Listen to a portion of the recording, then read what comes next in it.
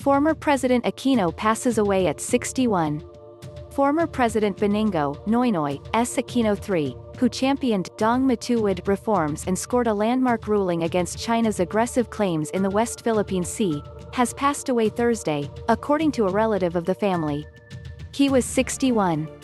Aquino, son of pro-democracy icons the late Senator Benigno Aquino Jr. and the late President Corazon Aquino, was reportedly rushed to the Capital Medical Center in Quezon City and died after a heart failure. The former president, fondly called Pinoy during his stint in Malacañang, reportedly battled lung cancer and went through dialysis for his kidney ailment. He previously had an angioplasty. Supreme Court Associate Justice Marvic Leonin expressed sadness over the death of Aquino, remembering the former leader's kindness, integrity, and hard work.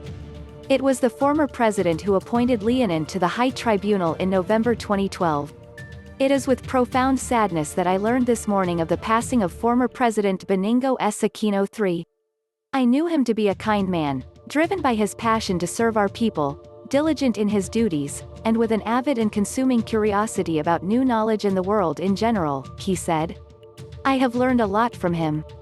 I saw him carry his title with dignity and integrity. It was an honor to have served with him.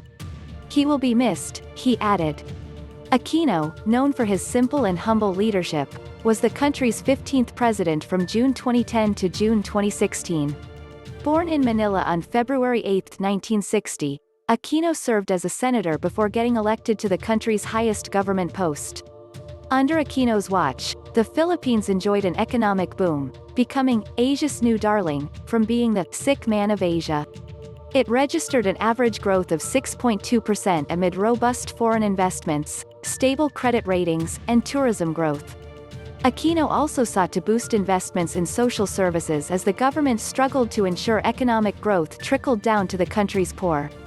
Among the highlights of his leadership were the signing of the landmark peace agreement with the Moro Islamic Liberation Front as well as intensified anti-corruption efforts, bringing to jail those involved in the controversial pork barrel scam. The administration also initiated the filing of a case against China's excessive claims in the West Philippine Sea before the Permanent Court of Arbitration. The court handed a ruling in favor of the Philippines in 2016. Aquino faced his first major crisis when several Hong Kong tourists were killed in a bus hostage-taking incident in Manila in August 2010. He faced other controversies, from the allegedly slow relief and rehabilitation efforts in the aftermath of Super Typhoon Yolanda in November 2013, to the bungled police operation that led to the death of 44 Special Action Force troopers in Mamasapano, Maguindanao in January 2015. In 2016, Aquino endorsed then Interior and Local Government Secretary Mar Roxas to succeed him. Roxas, the Liberal Party presidential candidate, lost to then Davao City Mayor Rodrigo Duterte in the presidential elections. Ever since he left Malacañang, Aquino spent a quiet retirement from politics. After living at the Bahay Pangarap for 6 years, the bachelor returned to living at the renovated family residence along Time Street in Quezon City.